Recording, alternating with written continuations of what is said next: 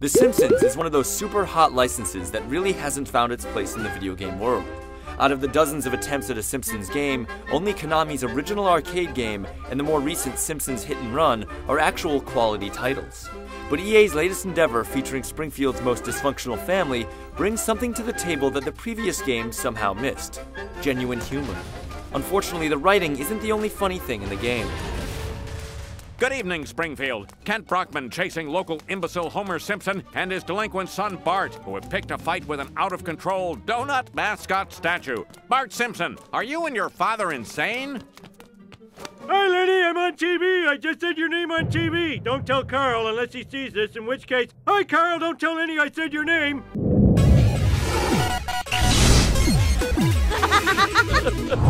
Hello, pathetic store nerd. One copy of Grand Theft Scratchy, please. Sorry, sir, that game is rated M. No problem, I have ID. This is a Calzone Zone frequent calzone eater's card. There's a free calzone in it for you. While each level in the Simpsons game really is its own story, the overarching theme is the release of a hot new video game, Grand Theft Scratchy, that has captured the hearts and minds of Springfield's youth. Bart's longing for the game, coupled with Marge's insistence that he not play such violent filth, leads to the realization that the Simpson clan itself is part of its own game, and the rest just sort of writes itself. Wow, this is the only good book ever written! Maybe you'd do better in a turn-based RPG. The beauty of the Simpsons plot, though, is that the main goal seems to be making fun of video game conventions. The game takes it as far as having comic book guy pop up whenever the characters come across a gaming cliché, such as crates that can be broken for objects, invisible barriers, and the like. But it doesn't end there. Many of the levels are actually based on established game franchises, like the aforementioned Grand Theft Scratchy, or the World War II themed Medal of Homer.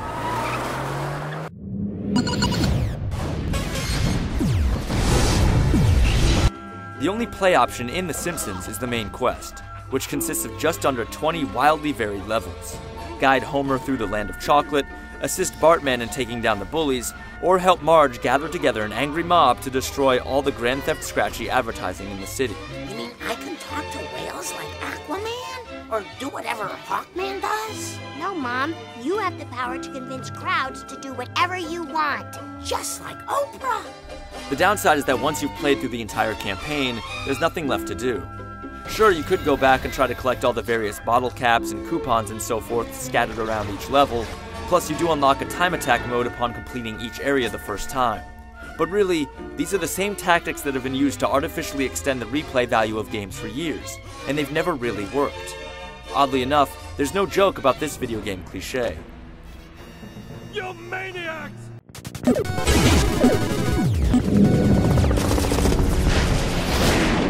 For all the level variety, it's a bit disappointing to find that much of the gameplay in The Simpsons doesn't really change much from level to level. All four characters have their own particular special moves. Homer can turn into a destructive Homer Ball, Lisa can call forth the power of her god, Marge can incite angry mobs, and Bart can don his mask and cape to float around. Mostly though, you'll be running around each level punching the living crap out of various other Springfield citizens or items that cross your path. Oh, and every now and again, Marge can dispatch Maggie into really tight areas to solve a puzzle or two. In order to switch things up a bit, almost every level requires a certain amount of teamwork between two pre-selected characters. The game is obviously meant to be a multiplayer experience, and when played as such, is a lot more fun than constantly swapping between the characters. At its heart though, The Simpsons is a pretty average action game, complete with slight collision and camera issues, that's saved somewhat by its license and content. It's amazing what you'll be willing to overlook in the name of a good laugh.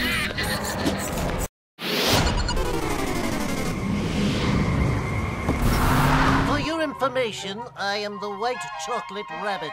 Hey, white chocolate's not even chocolate. It doesn't even contain cocoa salad. Well, if I'm not real chocolate, then you probably wouldn't be interested in eating me.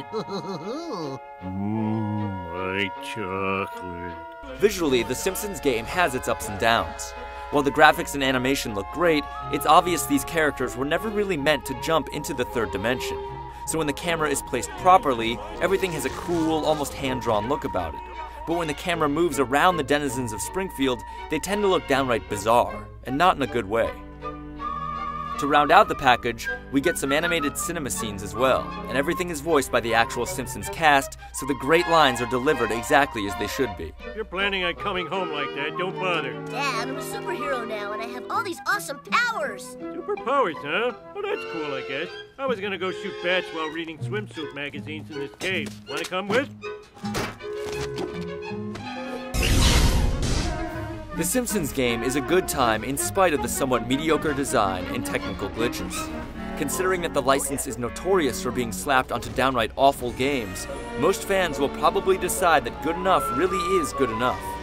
If nothing else, this playful romp packs in enough in-jokes for both Simpsons fans and gamers in general that it's definitely worth playing through at least once. I hope I win. Last year I was the first guy to barf.